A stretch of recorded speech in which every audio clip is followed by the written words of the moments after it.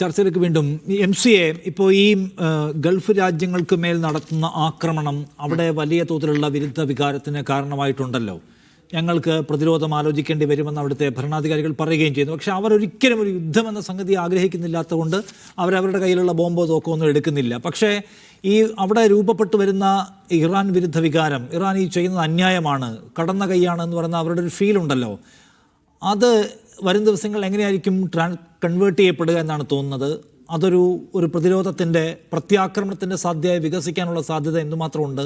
അത് ഇറാൻ ആ നിലയ്ക്ക് മനസ്സിലാക്കാനുള്ള ഒരു സാധ്യതയും കൂടി പറയാമോ? അത് തീർച്ചയായിട്ടും. കാരണം നേരത്തെ 1979 ഇസ്ലാമിക വിപ്ലവം ഇറാനിൽ നടക്കുന്നൊരു ഘട്ടത്തിൽ രൂപപ്പെട്ട ഒരു വികാരമുണ്ടായിരുന്നു. അതായത് ഒരു ഷിയ നേതൃത്വത്തിലുള്ള ഒരു മുന്നേറ്റം. ആ വിപ്ലവം ഈ ഗൾഫ് രാജ്യങ്ങളിലേക്കും കയറ്റുമതി ചെയ്യാൻ വളരെ ശക്തമായിട്ടുള്ള നീക്കങ്ങൾ പിന്നെ ഇറാൻ്റെ ഭാഗത്തു നിന്നുണ്ടാകും എന്നത് ആയിരുന്നു. തുടർന്ന് 80 മുതൽ 88 വരെ ഇറാഖുമായി നടന്ന യുദ്ധത്തിൻ്റെ ഘട്ടത്തിൽ ഏറെക്കുറെ സദ്ദാം ഹുസൈൻ ആ ഭരണകൂടത്തോട് ചേർന്ന് നിൽക്കാൻ ഗൾഫ് രാജ്യങ്ങളെ പ്രേരിപ്പിച്ച ഘടകവും അതായിരുന്നു. സാധ്യമായ അളവിലൊക്കെയും സൈനികമായും സാമ്പത്തികമായും ഒക്കെ സദ്ദാം ഹുസൈൻ ഭരണകൂടത്തിന് പിന്തുണ നൽകാനും ആ കാലയളവിലൊക്കെയും ഗൾഫ് രാജ്യങ്ങൾ തയ്യാറായിരുന്നു. അമേരിക്കക്കൊപ്പം തന്നെ ആയിരുന്നു ഈ രാജ്യങ്ങൾ നിലയുറപ്പിച്ചുകൊണ്ട് തന്നെയാണ് ഇറാഖിൻ്റെ കൂടെ ഇറാനെതിരായിട്ടുള്ള നീക്കത്തിൽ നിന്നു. പിന്നീടും ആ ഒരു ഷിയ സുന്നി വിഭജനം അത് പരമാവധി ആളിക്കത്തിക്കാനും ആ വിഭാഗീയതയിലൂടെ തങ്ങളുടെ താല്പര്യങ്ങൾ സംരക്ഷിക്കാനും വളരെ ആസൂത്രിതമായിട്ടുള്ള നീക്കമായിരുന്നു അമേരിക്ക തുടർന്നത്. അവർക്ക് അനുകൂലമായിട്ടുള്ള വലിയൊരു സാഹചര്യം പിന്നെ ഒത്തുവന്നത് 91-ലുള്ള സദ്ദാം ഹുസൈൻ്റെ കുവൈത്ത് അധിനിവേശത്തോടു കൂടിയാണ്. അതോടുകൂടിയാണ് ഗൾഫ് മേഖലയിലേക്ക് അമേരിക്കൻ താവളങ്ങൾ വരുന്നത്. അതുവരെയും അമേരിക്കൻ സൈനിക താവളങ്ങൾ ഈ ഗൾഫ് മേഖലയിൽ ഉണ്ടായിരുന്നില്ല. അപ്പോൾ തങ്ങളുടെ ഈ പിന്നെ അരക്ഷിതാവസ്ഥ തങ്ങൾക്ക് നേരെ ഏത് ഘട്ടത്തിലും പിന്നെ ഇറാഖിൽ നിന്നോ അല്ലെങ്കിൽ മറ്റേതെങ്കിലും ഇറാനിൽ നിന്നൊക്കെ പിന്നെ ശക്തമായിട്ടുള്ള ഒരു ആക്രമണം വന്നാൽ തങ്ങൾ കുറെ കൂടി ശക്തി സംഭരിക്കേണ്ടതുണ്ട് എന്ന തിരിച്ചറിവിലാണ് അമേരിക്കയോട് ചേർന്ന് നിന്നുകൊണ്ട് അത്തരം സൈനിക കേന്ദ്രങ്ങൾ ഇപ്പം ബഹ്റൈനിൽ 5-ാം കപ്പൽപ്പട വരുന്നു, അതിൻ്റെ ആസ്ഥാനം ബഹ്റൈനായിട്ട് മാറുന്നു. പിന്നീട് ഖത്തറിൽ ഏറ്റവും വലിയ വ്യോമതാവളം വരുന്നു അമേരിക്കയുടേതായിട്ട്. പല തലങ്ങളിലായിട്ട് ഇപ്പോൾ സൗദി അറേബ്യയിലൊക്കെ തന്നെ പരിമിതമായ തോതിലും പൂർണ്ണമായ തോതിലും ഒക്കെ ഈ സൈനിക സംവിധാനങ്ങൾ വരുന്നുണ്ട്. പക്ഷേ അതിൽ നേരത്തെ നമ്മൾ ചർച്ചയിൽ സൂചിപ്പിച്ചതുപോലെ കഴിഞ്ഞ ഒരു 5-8 വർഷമായിട്ട് അടിസ്ഥാനപരമായിട്ടുള്ള കുറേ മാറ്റങ്ങൾ സംഭവിച്ചു കൊണ്ടിരുന്നു. കാരണം പൂർണ്ണമായ ഒരു അമേരിക്കൻ കേന്ദ്രീകൃതമായിട്ടുള്ള ഒരു നയത്തിൽ നിന്ന് ഗൾഫ് രാജ്യങ്ങൾ പതിയെ എന്ന് കരുതി അമേരിക്കയെ നിരാകരിച്ചുകൊണ്ടല്ല, അമേരിക്കയോട് ചേർന്ന് നിന്നുകൊണ്ട് തന്നെ പുതിയ സാധ്യതകൾ, പുതിയ പിന്നെ ബദലുകൾ അത് പരീക്ഷിക്കാനുള്ള വളരെ കൃത്യമായിട്ടുള്ള ഒരു നീക്കം നടത്തി.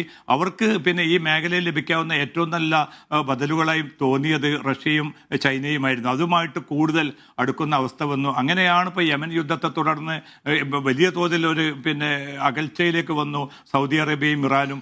അവരെ ഒരുമിപ്പിക്കുന്നത് ചൈനീസ് പ്രസിഡന്റ് വിളിച്ചു ചേർത്ത അദ്ദേഹത്തിൻ്റെ സാന്നിധ്യത്തിലുള്ള ഒരു ചർച്ചയിലൂടെയാണ് ഇറാൻ നേതൃത്വവും അതോടൊപ്പം തന്നെ സൗദി നേതൃത്വവും ഒരുമിച്ചിരുന്ന് മുന്നോട്ട് പോകാനുള്ള തീരുമാനം കൈക്കൊള്ളുന്നത്. ഇതൊന്നും അമേരിക്കയെ സംബന്ധിച്ചിടത്തോളം ഒട്ടും തൃപ്തി നൽകിയിരുന്ന ഘടകങ്ങളായിരുന്നില്ല. പക്ഷേ അതിനെ പരസ്യമായിട്ട് ചോദ്യം ചെയ്യാനോ അതിൽ നിന്ന് ഈ ഗൾഫ് രാജ്യങ്ങളെ കുറ്റപ്പെടുത്താനോ ഒന്നും അമേരിക്ക തയ്യാറായില്ല. പക്ഷേ ഓരോ ഘട്ടത്തിലും ഇപ്പം മുമ്പുള്ള ഒരു വംശീയമായിട്ടുള്ള ചേരിതിരിവുകൾ കാണിച്ച് ഈ ജനതയെ ഒരുമിച്ച് നിർത്താനുള്ള ആ അവസരം ഇനി നടക്കില്ല എന്ന് കണ്ടൊരു ഘട്ടത്തിലാണിപ്പോൾ ഈ ഒരു മാറ്റം. ഇസ്രായേലിൻ്റെ താല്പര്യം, ഇസ്രായേലിൻ്റെ സുരക്ഷ, ഫസ്റ്റ് അമേരിക്ക എന്ന് മാത്രമല്ല ഫസ്റ്റ് ഇസ്രായേൽ എന്ന ഒരു കൃത്യമായിട്ടുള്ള ഒരു അജണ്ട കൂടി ഈ ഒരു ആക്രമണത്തിന് പിന്നിലുണ്ട്. അത് വളരെ ആസൂത്രിതം ആണ് എന്നും കാര്യവും വ്യക്തമാണ്. കാരണം 2003 ഇറാഖ് അധിനിവേശം നടത്തി സദ്ദാം ഹുസൈൻ ഭരണകൂടത്തെ പിന്നെ അട്ടിമറിച്ചതോടുകൂടി ആ ഭാഗത്തു നിന്നുള്ള എതിർപ്പ് കഴിഞ്ഞു. പിന്നെ ഈ മേഖലയിൽ ആകെ ഒരു സൈനിക രാജ്യം എന്ന നിലക്ക് പറയാനാവുന്നത് ഇറാൻ മാത്രമാണ്. അപ്പോൾ ഇറാനെ ദുർബലപ്പെടുത്തുക,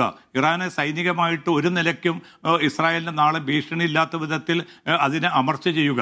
അതുകൊണ്ട് ആണവ പിന്നെ പദ്ധതി എന്നതൊക്കെയും ഒരു മറ മാത്രമായിരുന്നു അത്തരം ചർച്ചകളിലേക്കൊക്കെ കാര്യങ്ങൾ കൊണ്ടുപോകുമ്പോൾ പോലും. ഇന്നലെ ട്രംപ് പറയുന്നത് തങ്ങളുടെ ആദ്യ അജണ്ട എന്നത് ബാലിസ്റ്റിക് മിസൈലുമായി ബന്ധപ്പെട്ട പദ്ധതി തകർക്കുക എന്നതാണ്. അപ്പോൾ കൃത്യമാണ് ലക്ഷ്യം. ആണവ ആയുധം പിന്നെ ഇറാന് സ്വന്തമാക്കുന്ന ഒരു സാഹചര്യം ഇല്ല എന്നും ഇറാന് പോലും അതിനെതിരാണെന്നും ഇനിയും ഒരുപാട് കാലം വേണ്ടി വരും അത്തരം ഒരു ആണവായുധത്തിലേക്ക് ചിന്തിച്ചാൽ പോലും ഇറാൻ എത്തിച്ചേരാൻ പറ്റുക എന്നതൊക്കെ അറിയുന്നവർ തന്നെയാണ് അമേരിക്ക. പക്ഷേ ഈ ഘട്ടത്തിൽ ഇപ്പോൾ ഈ ബാലിസ്റ്റിക് മിസൈൽ പദ്ധതികൾ തകരുന്നതോടുകൂടി ഡ്രോണിൻ്റെ പിന്നെ സാധ്യതകളും അതിൻ്റെ ശേഷിയും പിന്നെ പരാജയപ്പെടുത്തുന്നതോടുകൂടി ഇസ്രായേലിൻ്റെ ഒരു സുരക്ഷ എന്നത് കൂടുതൽ ഉറപ്പാക്കാൻ പറ്റും. പക്ഷെ അതോട് കൂടി നമ്മൾ ചേർത്ത് കാണേണ്ട ഒരു കാര്യം കൂടിയുണ്ട്. അമേരിക്കയുടെ തന്നെ ഇസ്രായേലിലെ സ്ഥാനപതി ഹക്കാബി സമീപകാലത്ത് നടത്തിയ ഒരു പ്രതികരണം നമ്മൾ കണ്ടതാണ്. അദ്ദേഹം പരസ്യമായിട്ട് പറഞ്ഞ കാര്യം ഇതാണ്, അതായത് പശ്ചിമേഷ്യയിലെ ഏത് ഭൂപ്രദേശത്തിലും ഇസ്രായേലിന് നിയന്ത്രണമുണ്ട്. അത് പിന്നെ ബൈബിളിൽ പറയുന്നത് പ്രകാരം തന്നെ ഒരു വാഗ്ദത്ത ഭൂമിയുടെ സ്വഭാവത്തിലേക്ക് അത് വരുത്താൻ ഇസ്രായേലിന് അവകാശമുണ്ട് എന്ന് പരസ്യമായിട്ട് ഒരു അമേരിക്കൻ സ്ഥാനപതി തന്നെ പറയുകയാണ്. ഇതിനെതിരെ അതിശക്തമായിട്ടുള്ള പ്രതികരണം അറബ് മുസ്ലിം രാജ്യങ്ങളിൽ നിന്നുണ്ടായി. അത്തരം പ്രകോപനപരമായിട്ടുള്ള നടപടികൾ തങ്ങളുടെ സുരക്ഷയ്ക്ക് വലിയ ഭീഷണിയായിരിക്കുമെന്ന മുന്നറിയിപ്പ് ഈ രാജ്യങ്ങൾ നൽകി. അപ്പോൾ ഇനിയിപ്പം നേരത്തെ സുഹൈലൊക്കെ സൂചിപ്പിച്ചതുപോലെ ഈ രാജ്യങ്ങളിൽ നിന്നൊക്കെ തങ്ങളുടെ പൗരന്മാരെ രക്ഷപ്പെടുത്തുക, അവരെ എത്രയും പെട്ടെന്ന് ഒഴിപ്പിക്കുക, ഇതൊക്കെ അമേരിക്കയ്ക്ക് എളുപ്പം സാധിക്കും.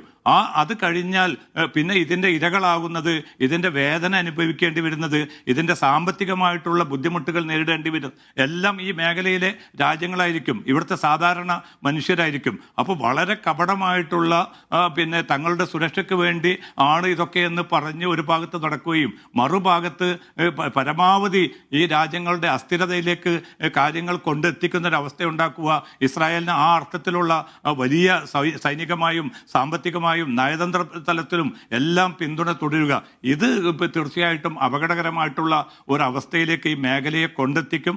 ആ തിരിച്ചറിവും ഞാൻ മനസ്സിലാക്കുന്നിടത്തോളം ഗൾഫ് രാജ്യങ്ങൾക്കുണ്ട്. അതുകൊണ്ട് തന്നെ കരുതലോടുകൂടി ഇപ്പോൾ ഇറാനെതിരെ അതിശക്തമായിട്ടുള്ള പ്രതികരണം ഈ രാജ്യങ്ങൾ നടത്തുന്നുണ്ട് എങ്കിൽ പോലും ഏതെങ്കിലും അർത്ഥത്തിൽ ഇസ്രായേലിനും അമേരിക്കക്കും ഒപ്പം ചേർന്നുകൊണ്ട് ഇറാനെതിരായിട്ടുള്ള ഒരു ആക്രമണത്തിലേക്ക് ഈ രാജ്യങ്ങൾ വരാനുള്ള ഒരു സാധ്യത ഒരു നിലക്കും ഉണ്ടാകില്ല. കാരണം അവർക്കറിയാം ഇതിന്റെ വ്യാപ്തി എത്രയാണെന്നറിയാം. ആ വ്യാപ്തിയിലേക്ക് ശരി. അല്ല, മോഹനപിള്ള, ഇറാനെ സംബന്ധിച്ച് അതിൻ്റെ പ്രതിരോധത്തിൻ്റെ സാധ്യതകളെ കുറിച്ച് താങ്കൾ പറഞ്ഞു. പ്രധാനമായും ബാലിസ്റ്റിക് കേപ്പബിലിറ്റിയാണ് അതിനുള്ളത്. അത് ഉപയോഗിച്ചുകൊണ്ടുള്ള പ്രത്യാക്രമണം നടത്തിക്കൊണ്ടേയിരിക്കുന്നു. പക്ഷേ ദീർഘനാളുകൾ കയ്യിലുള്ള ബാലിസ്റ്റിക്കുകൾ കൊണ്ട്, ഒന്നാമത് ബാലിസ്റ്റിക് കേപ്പബിലിറ്റീസ് എല്ലാം അമേരിക്ക ആക്രമിച്ചുകൊണ്ടിരിക്കുകയാണ്. അപ്പോൾ ഒരു ഭാഗം അങ്ങനെ തകരും, ബാക്കിയുള്ളത് എടുത്ത് ഉപയോഗിച്ചുകൊണ്ടിരിക്കുന്നു. അപ്പോൾ അതിനൊരു പരിധി ഉണ്ടാകുമല്ലോ. കാരണം ഉപരോധത്തിൽ 4 പതിറ്റാണ്ട് നീണ്ടു നിന്ന ഒരു രാജ്യത്തിന് എന്തുമാത്രം ബാലിസ്റ്റിക്കുകൾ അങ്ങനെ ഉണ്ടാക്കി സൂക്ഷിക്കാൻ കഴിയും? ഉണ്ട്, ശരിയാണ്. ലോകത്ത് തന്നെ ഏറ്റവും വലിയ ബാലിസ്റ്റിക് കപ്പാസിറ്റിയുള്ള രാജ്യങ്ങളുടെ പട്ടികയിൽ ഇറാനുണ്ട്. പക്ഷെ അതിന് എത്ര നാൾ ആ ബാലിസ്റ്റിക്കിൻ്റെ പേരും പറഞ്ഞ് നിൽക്കാൻ പറ്റുമെന്നൊരു ക്വസ്റ്റ്യൻ ഇല്ലേ?